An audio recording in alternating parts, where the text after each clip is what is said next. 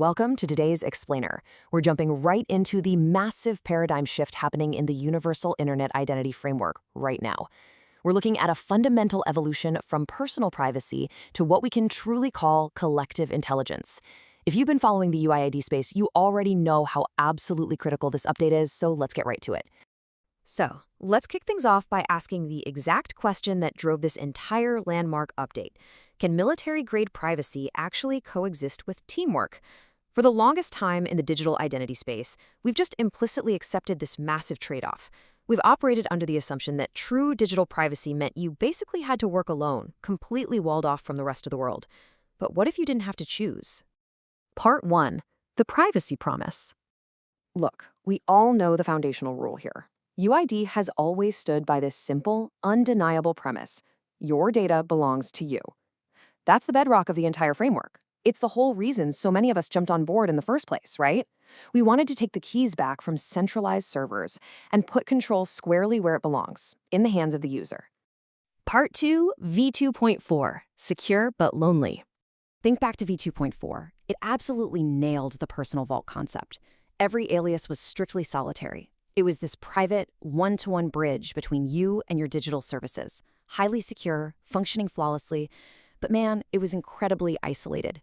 It was an ecosystem of one. Great for locking things down, terrible for actually getting anything done with a team. And we literally all felt this friction. The second you wanted to share data with a teammate or coordinate securely with your family, you hit a brick wall. You were basically forced into doing clunky manual exports, or even worse, relying on third-party tools that totally shattered the privacy chain you just built.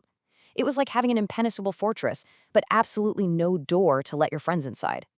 Which brings us to Part 3, Enter UID v2.5. We're finally leaving those isolated silos behind.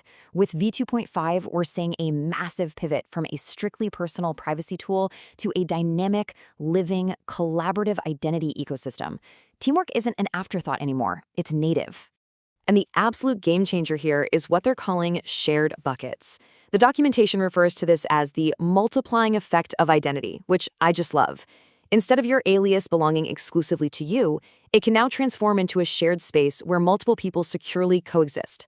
It's taking that hardcore military-grade security you expect from UID and totally re-engineering it to fit how we actually live and work together. It's cryptography finally meeting collaboration. Part 4. Features of shared spaces. So how does this actually work under the hood? Well, the update introduces 3 primary features, 3 pillars really, that make this zero-trust collaboration possible. We've got shared spaces, role-based harmony, and privacy-first invitations. Let's quickly unpack these to see why they're going to matter to your daily workflow. First up, the shared spaces themselves. By inviting other UID users into a specific storage context, your alias practically acts like a shared folder. But, and this is a massive distinction, this shared folder is tied directly to an identity, not a corporate server somewhere. You aren't just renting a slice of big tech's hardware. The entire context is anchored strictly to the identities of the people collaborating. Then we have role-based harmony. Because let's face it, when you invite people in, you need some ground rules. You maintain absolute control over the space by assigning roles. As the owner, you have total, undeniable control over the group dynamic. A collaborator, on the other hand, coexists based strictly on the parameters you set. It keeps everything perfectly synced with a very clear, secure chain of command over the data. And pillar number 3, privacy-first invitations. Look, collaboration is great, but nobody wants an inbox full of spam from random nodes on the network. To make sure you remain the ultimate gatekeeper of your digital life, these new settings let you automatically block invitations from complete strangers.